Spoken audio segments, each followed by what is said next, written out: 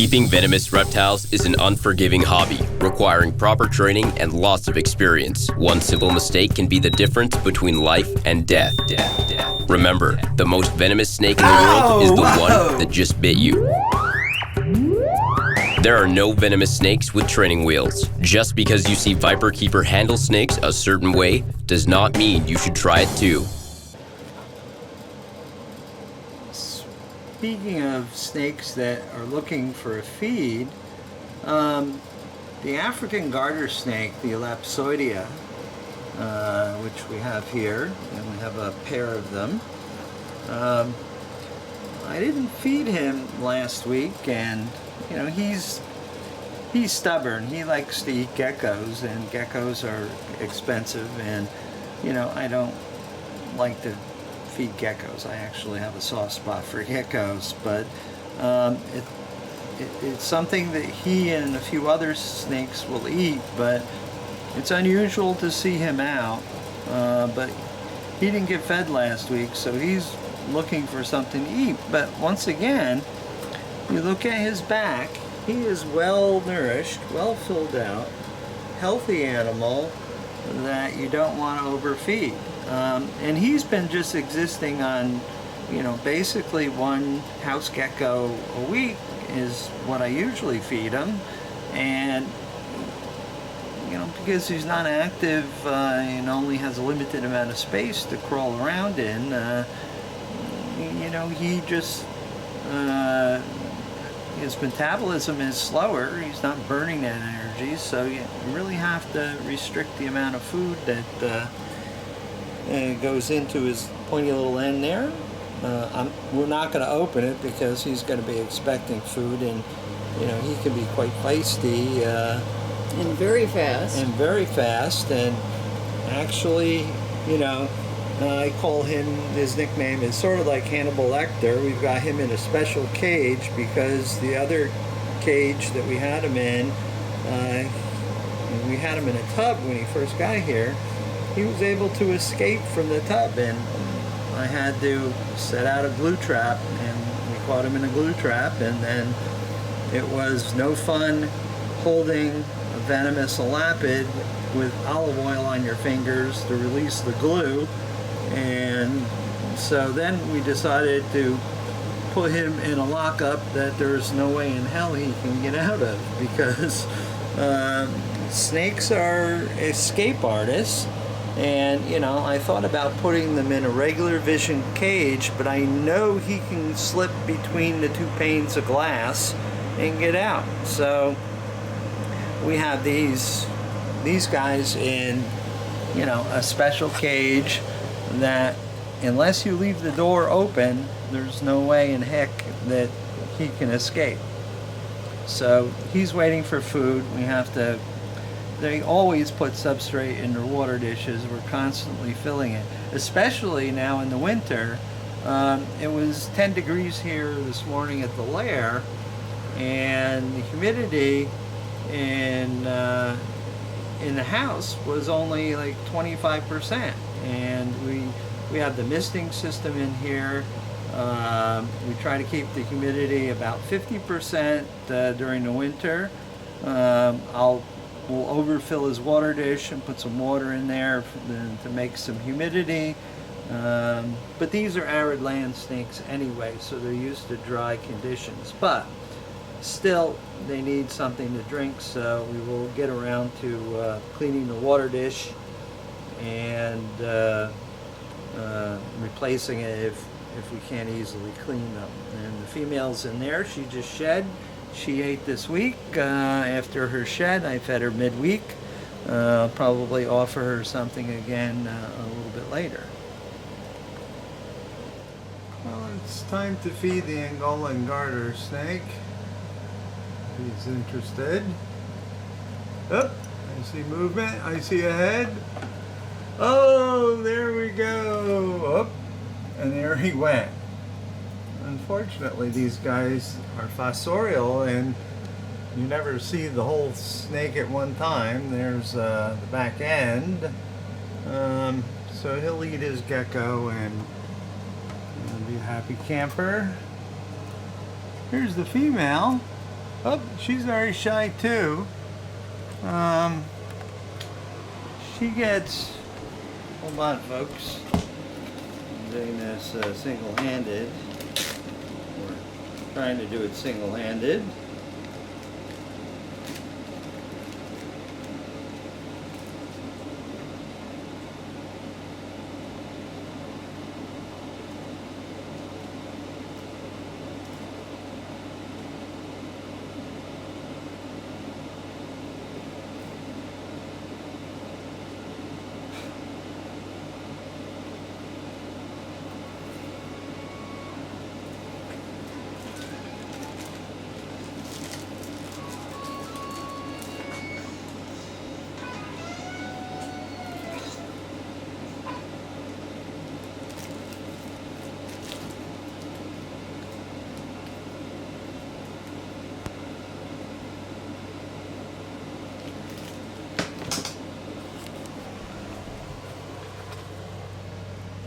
right. She just gets pink mice that I leave there, and they're usually gone in the morning, and that's all I see of her.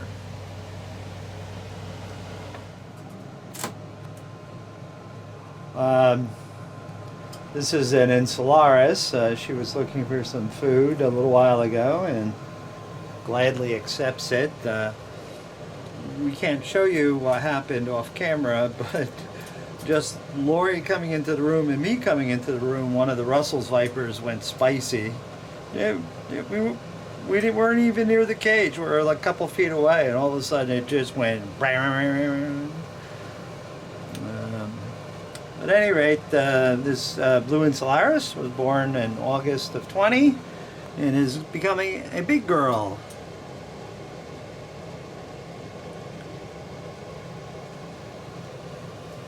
I'll let her enjoy her meal.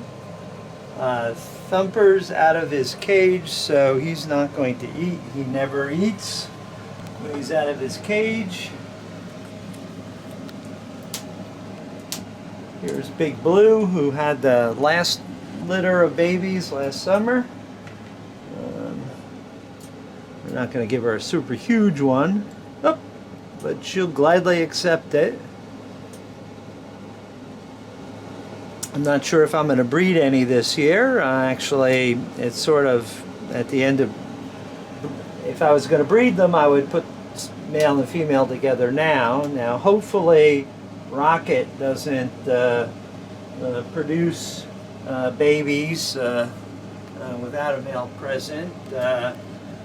This one is not doing well. It went off feed and refuses to eat.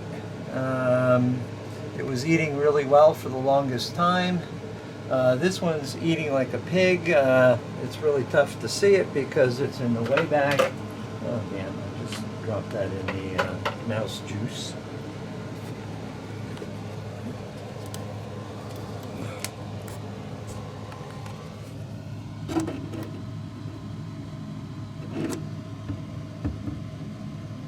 There she is. She's getting big, one of the mutant babies. So if you take the camera, now I have to clean my surgical forceps. Oh, by the way, people always ask me in the videos where they can get these.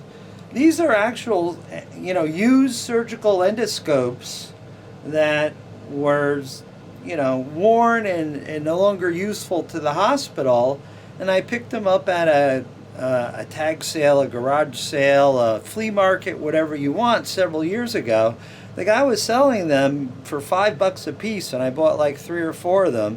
And I've been looking around to try to find some new ones, but they're hundreds or thousands of dollars. So it's a little different when they were $5. Oh yeah, I'm going to buy a few of these since I found them.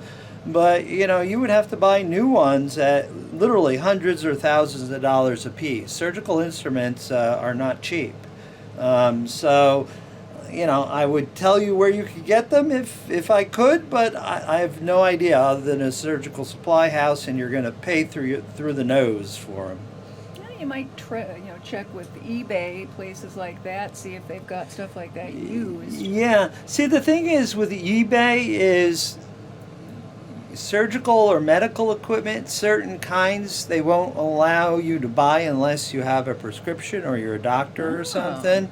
Yes, because I've gone there and looked for things that I need here for the animals that, you know, sometimes are useful. Yeah, you can't buy certain things without a prescription. You know, this always perplexes me. You can give hypodermic needles out on the street corner to drug addicts, but you can't go purchase them for, giving, your animals an injection of antibiotic or something. It's the same thing with like lancets that you would use if you were diabetic and needed to draw blood on a regular basis to test. You have to have a prescription for those. Who goes around sticking themselves with little pins for the fun of it? I don't get it. The system is a bit screwed up. So I wish I could help you find these because they're really quite marvelous, very useful in many ways. However, unless you can find them, at a flea market or on eBay or something, you're going to spend a lot of money because these are, these are high precision instruments. These are probably made in Germany. The name of the manufacturer is here, Rotocam. I mean, this is, from an engineering standpoint, since I'm an engineer, this is quite marvelous because it's got click stops and you can stop the tip at a particular angle, rotate it, 360, all while outside of your patient. So, I mean, these aren't cheap. A lot of design engineering and machining and everything went into it. Plus assembling this thing, I mean, it's I can understand why it's an expensive tool. Yep. Yep, you just can't find it anywhere. But now I have to dunk it into Clorox because it fell in the mouse water, which irritates me because, Clorox is corrosive. But, we try to keep our hygiene quite together here, so we're not transmitting anything to anybody. And yep, there's Thumper.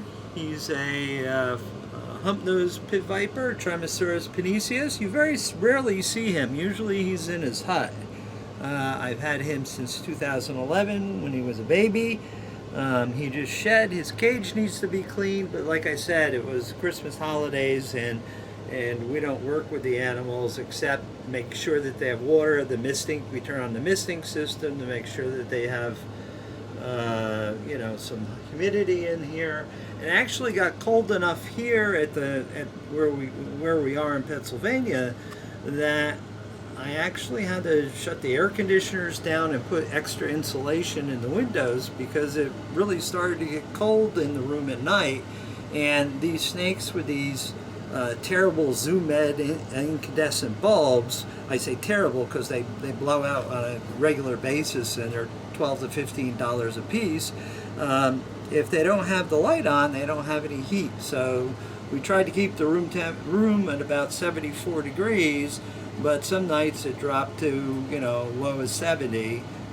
Safe for the animals, better than heat, but still not optimal. We don't want to catch a respiratory infection or something.